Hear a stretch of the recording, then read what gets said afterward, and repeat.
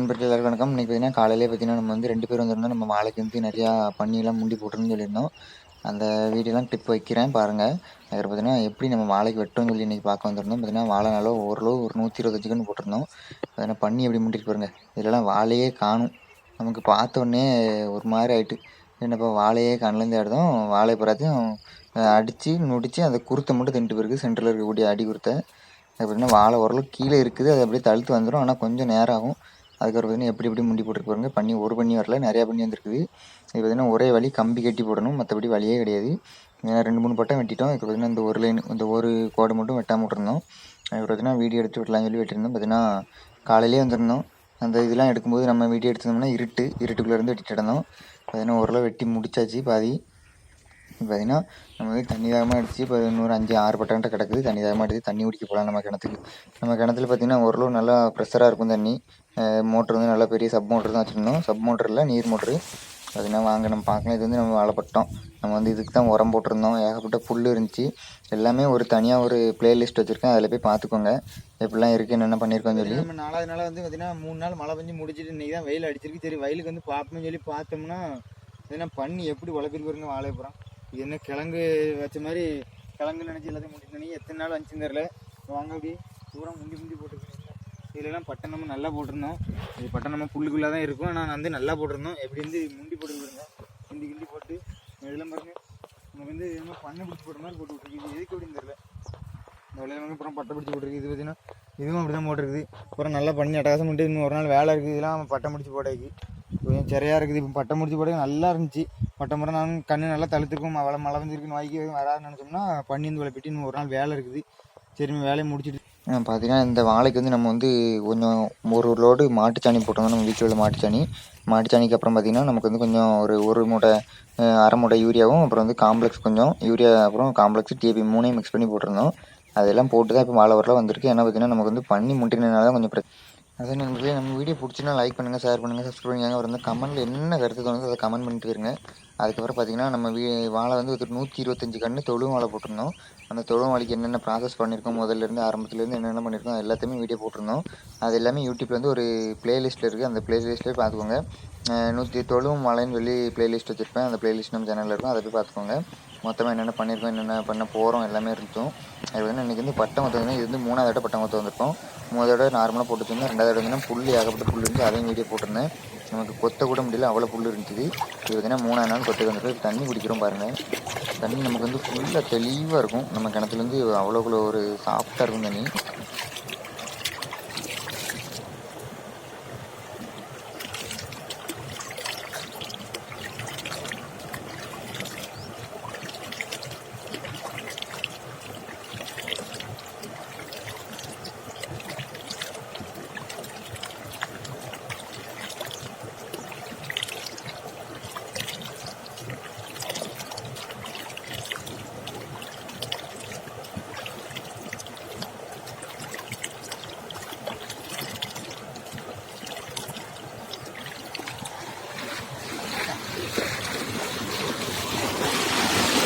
எந்தாப்புல தண்ணி குடிக்கிறான்னு பார்த்தீங்க, சரியான தாகம்.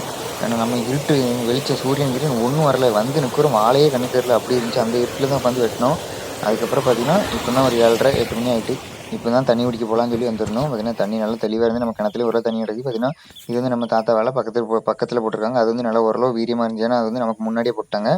அதுக்கு ஊடக்குள்ள சென்டரில் கிடக்க வாழை வந்து நோய் வந்துட்டு அதனால் அப்படியே கிடந்துச்சு. இது வந்து நம்ம வாழை வந்துட்டுன்னா ஒரு 125 கன்று கொஞ்சம் மெதுவாக தான் போட்டிருந்தோம். பார்த்தீங்கன்னா பல்சர் பைக்கில் வந்துருந்தோம். நானும் எங்கள் அண்ணனும் 2 பேரும் வந்துருந்தோம். அதனால் அண்ணன் வெட்டிகிட்டு இருக்கான். நான் வந்து தண்ணி விட்டுச்சாருன்னு சொல்லிட்டு வந்தேன். பார்த்தீங்கன்னா பட்டம் வந்து இது வந்து முதல்ல நேற்றே வந்து போட்டாச்சு. அதுக்கப்புறம் பார்த்தீங்கன்னா இப்போ ஒரு பாத்தி ஃபுல்லாகவே நம்ம நேற்று வந்து போட்டாச்சு. அது நேற்று நான் வரல, நான் வந்து இன்றைக்கி தான் வந்திருந்தேன். அதனால் இப்போ நான் நடந்து போகிற பட்டம் வந்து நேற்றே போட்டாச்சு. இப்போ தாண்டிட்டு இதுக்கப்புறம் பார்த்தீங்கன்னா இதுக்கப்புறம் பூரா இன்றைக்கி போட்டுது. இது வந்து காலங்காத்தாலே வந்திருந்தோம். ஒன்றும் வெளிச்சம் கூட ஒன்றும் இல்லை. 5 மணிக்கு ஆகிட்டு 5 மணிக்கெலாம் வந்துட்டு வெட்ட ஆரம்பித்தோம். கண்ணே தெரில. பார்த்தீங்கன்னா இதாங்க அண்ணன் வெட்டிகிட்டு இருக்காங்க. இப்போ இன்னொரு 3 பட்டம் கிடக்கு. 3 பட்டம் மட்டும் கிடக்குது. இது இந்த ஓரமாக நான் வெட்டிகிட்டு இருந்தேன். வெட்டிகிட்டு இருந்தது பாதியிலே எனக்கு ரொம்ப தண்ணி தான் கிடக்குன்னு சொல்லி போயிட்டேன். தண்ணி குடிச்சிட்டு வரலான்னு சொல்லி தண்ணி குடிக்க வந்திருந்தேன். நல்லா அருமையாக இருந்து தண்ணி குடிச்சிட்டு வந்துட்டு இப்போ பார்த்தீங்கன்னா இன்னொரு 2 பட்டம் இருக்குது. வாங்க வெட்டிட்டு பார்க்கலாம். இதுக்கு வந்து நான் வாய்ஸ் கொடுக்க வேண்டிய அவசியம் இல்லை. நீங்களே பாருங்கள் நான் எப்படி வெட்டுறேன்னு சொல்லி.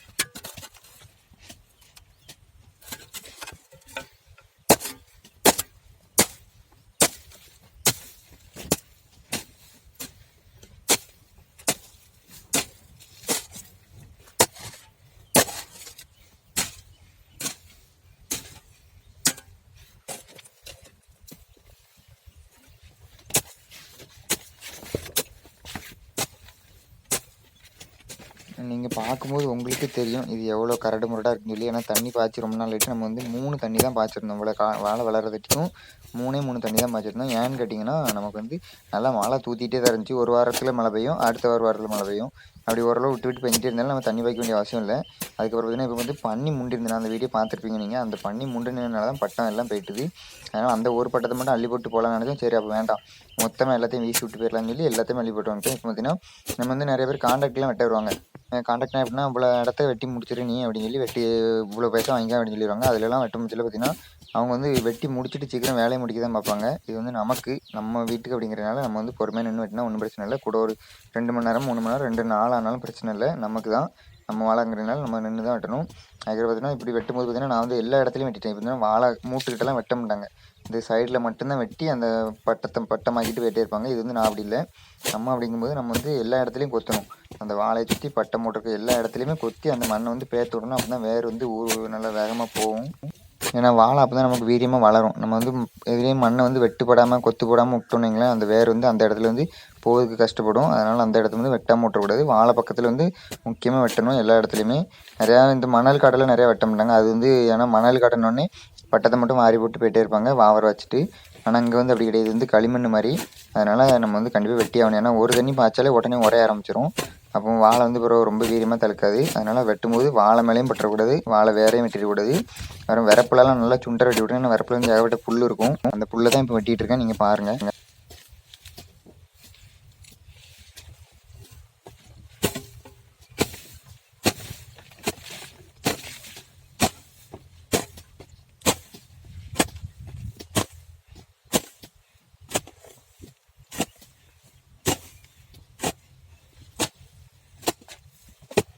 நம்ம பார்த்தீங்கன்னா இந்த விரப்போக்கி மட்டும் நல்லா சுண்டரை செய்வி விட்றோம். ஏன்னா அந்த விரப்பில் உள்ள புல்லுலாம் வந்து வாழைகள் வந்து அமுட்டிக்கிட்டோம்னா அந்த நம்ம ஏற்கனவே கொத்தி போட்டிருக்கோம். அந்த புல்லோட வேர்லாம் ஈஸியாக பரவிடும். அதனால் புல் ஆக்கிரமிச்சிடும் நல்லா வயல் வரப்பில். அதனால் விரப்போரில் மட்டும் சுண்டரை வெட்டி விட்டுறணும். அதுக்கு பார்த்தீங்கன்னா நம்ம வீடியோ பார்த்தீங்கன்னா அந்த களிமண் உங்கள் கட்டி முன்னே நடக்கிற கட்டி தெரியும். இந்த கட்டி வந்து மம்முடி வச்சு வெட்டி நொறுக்கணும். இவ்வளோ பெரிய இந்த மணல் காட்டிலலாம் நம்ம வெள்ளங்காட்டிலலாம் வேலைக்கு போனோம்னா இதே மாதிரி கட்டியே வராது, பூரா மணலாக இருக்கும். அதனால் சும்மா வீசி விட்டு போயிட்டே இருக்கலாம். ஆனால் அங்கே அப்படி கிடையாது, எல்லா இடத்துலையும் கொத்தியே தீரணும் கண்டிப்பாக. அந்த மம்பட்டி பிடிச்சி கை பிடிக்கல கையெல்லாம் காய் பிடிச்சிரும். ஏற்கனவே காய் பிடிச்சி தான் இருக்கு கை பூரா. அதனால் கொஞ்சம் பார்த்து தான் பண்ணணும் எல்லாம்.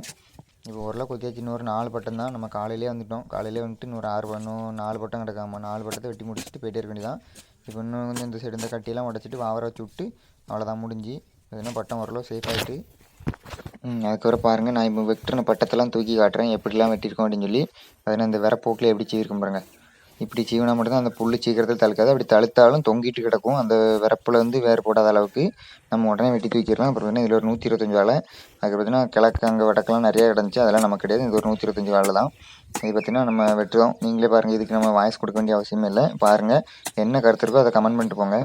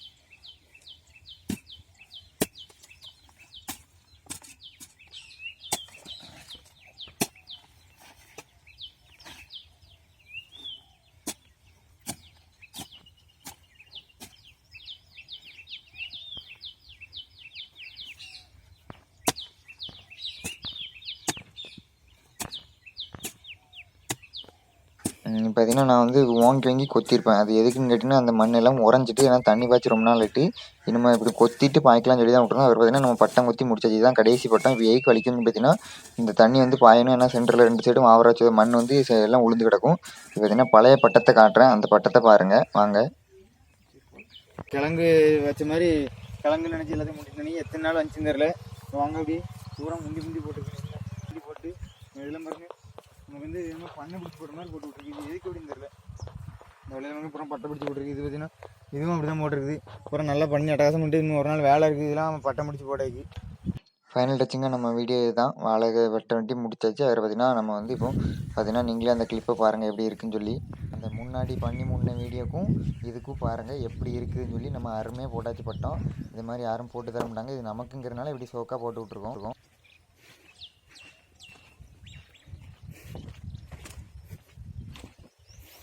கடைசியாக பார்த்தீங்கன்னா, இன்றைக்கான வேலை முடிஞ்சிச்சு. நமக்கு இனிமேல் இதுக்கப்புறம் வந்து தண்ணி பாய்ச்சி வரணும். அதுக்கப்புறம் வந்து உரம் அடிக்கணும். இந்த பன்னி வராமல் இருக்கிறதுக்கு கம்பி கட்டைக்கும் வரணும். அந்த கம்பி வந்து ஒரு 2 கிலோ கட்டு கம்பி வாங்கிட்டு வரணும். கொஞ்சம் பெரிய உரத்த கம்பி பார்த்தீங்கன்னா, அந்த வாழை இந்த சைடு தான் நமக்கு ரொம்ப முண்டியிருந்து. அந்த கண்ணெல்லாம் என்ன இருக்கா இந்த கண்ணு தான் முடிஞ்சிருந்துச்சு. ஓரளவு இப்போதைக்கு பெட்டர். நமக்கு வந்து முன்னாடிக்கு பரவாயில்ல. இப்போ வந்து கம்பி அடிச்சுட்டு இனிமேல் தண்ணி பாய்க்க வேண்டியதான். பார்த்தீங்கன்னா சாயங்காலம் வந்து நம்ம தண்ணி பாய்ச்சி போட்டாச்சு. பாய்ச்சி போட்டதுக்கப்புறம் பட்டத்தை பார்த்தீங்கன்னா நல்லா ஓரளவு சூப்பராக இருக்குது.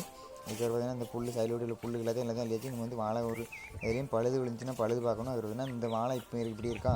இன்னும் பார்த்தீங்கன்னா நம்ம வந்து தண்ணி பாய்க்கும் போது ஒரு வீடியோ இன்னொரு வீடியோ போடுவோம். அதையும் பார்த்து சந்தோஷப்பட்டுருக்காங்க.